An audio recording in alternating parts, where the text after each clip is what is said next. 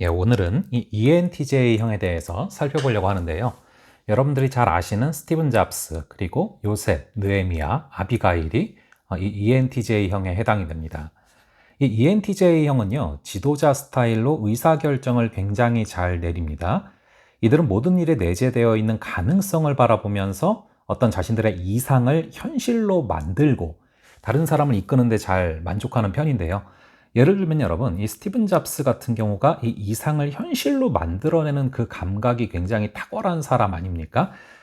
이 스티븐 잡스를요, 일반적으로 이제 사업가고 개발자라기보다는 사업가로 평가하는 경우가 상당히 많습니다. 이 애플을 설립할 때 있어서 이제 스티븐 워즈니악이 공학적인 부분들, 즉 이상적인 부분들을 많이 담당을 했고, 주로 이제 이것을 현실화시키는 마케팅 이런 부분들을 이제 스티븐 잡스가 주로 담당했다라는 평들이 많죠. 이 이상을 현실로 만들어내는 능력이 굉장히 탁월한 게 바로 ENTJ형이라고 볼 수가 있습니다. 또한 이들은 탁월한 사고력으로 어마어마한 장기 계획을 세울 수 있는 사람들이죠. 성경 속의 요셉이 이제 애굽에서 국무총리로 있으면서 7년간의 풍년 동안 앞으로 있을 7년간의 흉년을 대비하는 것, 굉장히 장기 프로젝트죠. 이것들을 감당할 수 있는 게 ENTJ형이라는 것입니다.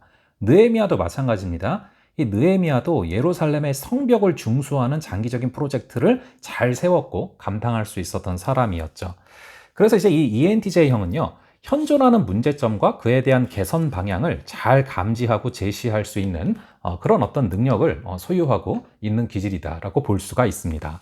그리고 이제 시스템을 완벽하게 만드는 데 주력을 해요. 그래서 이제 아까 말씀드린 것처럼 이 시스템화 시키는 이런 부분들을 뭐 요셉이라던가 느헤미야 모두 다 이런 부분들에 있어서 탁월한 두각을 잘 드러내고 있지 않습니까? 이들은 새로운 것에 대한 어떤 계획과 연구를 굉장히 체계적으로 잘 해나갈 수가 있습니다. 그래서 실제로 청교도들이 황무지를 개척할 때마다 이 느헤미야서를 읽으면서 이렇게 이것들을 감당했다라는 기록들이 있어요. 즉 이제 느헤미야 자체가 개척의 어떤 표본이라고 볼 수 있죠.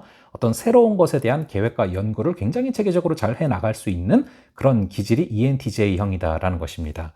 이 ENTJ는 현재 상황보다는 행동에 대한 어떤 미래의 결과에 관심을 보이고 있어요. 시각이 상당히 진취적이고 미래를 향해 있다라는 것이죠. 가령 예를 들면은 이 페르시아 왕의 술 맡은 관원장을 맡고 있었어요, 느헤미야가. 그러니까 현실이 굉장히 이렇게 안주할 수 있는 사람이었어요. 안일할 수도 있는 사람이었고, 왜냐하면 만족스럽고 평안하니까요. 하지만 거기에 만족하지 않고 정말 자기가 살고 있는 것과 너무나 먼 고국의 상황에 대한 안타까움을 느꼈고 그것을 바라보면서 움직일 수 있는 사람이었다라는 것입니다.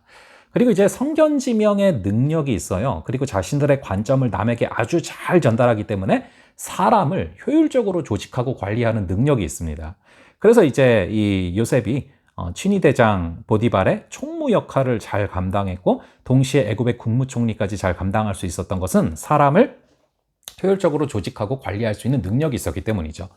반면에 이제 이 ENTJ형의 단점이 있어요. 우선은 좀 성급한 결정을 내릴 때가 있습니다. 그러므로 때때로 느긋하게 일을 하면서 객관적인 자료를 잘 수집을 하고 자신의 행동에 대해서 실질적이고 개인적인 결과를 고려를 해볼 필요가 있어요.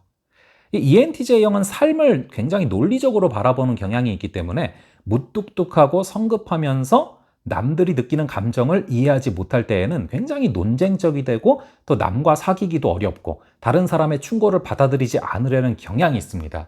이걸 하나 우리가 좀 추론을 해볼 수 있는 게 있습니다. 예를 들면요. 이 다윗과 아비가일에 대해서 여러분들이 성경에서 많이 보셨을 거예요. 원래는 나발의 아내였죠.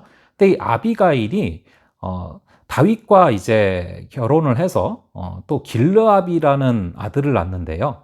이 길르압은 왕위 계승 경쟁에 어떻게 참여를 하지를 못해요. 보면은 이제 첫 번째 아들인 암몬과 세 번째 아들인 압살롬이 죽고 나면은 당연히 두 번째인 길르압에게 가야 되는데 그렇지 않고 네 번째 아들인 아도니아에게로 왕위가 이제 내려가는 것을 보게 돼요. 이걸 통해서 이 다윗이 초반에 어떤 본문에 등장하는 내용들과는 좀 다르게 뒤로 갈수록 아비가일을 귀히 여기지 않았을 확률, 그리고 아비가일의 영향력이 별로 없었을 확률이 높다라고 추정을 합니다.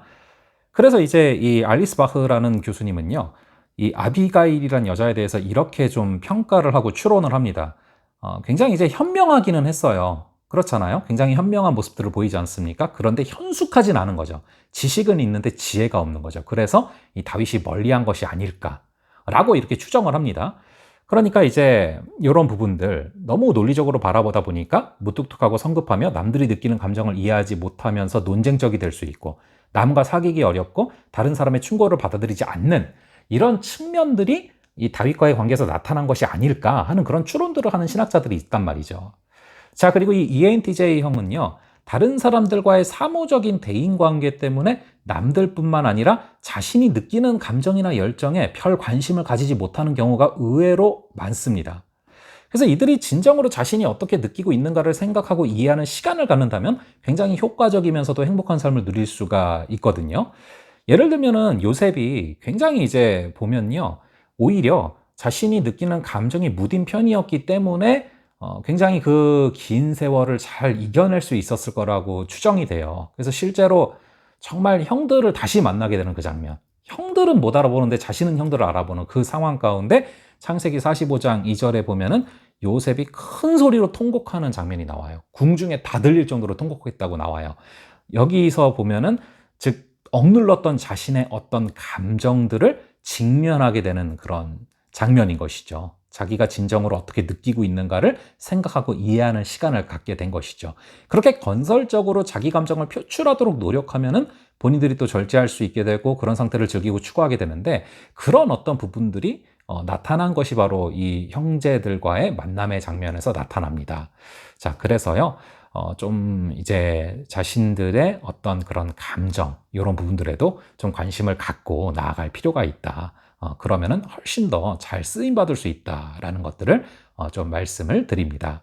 자, 그러면은 다음에 또 찾아뵙도록 하겠습니다.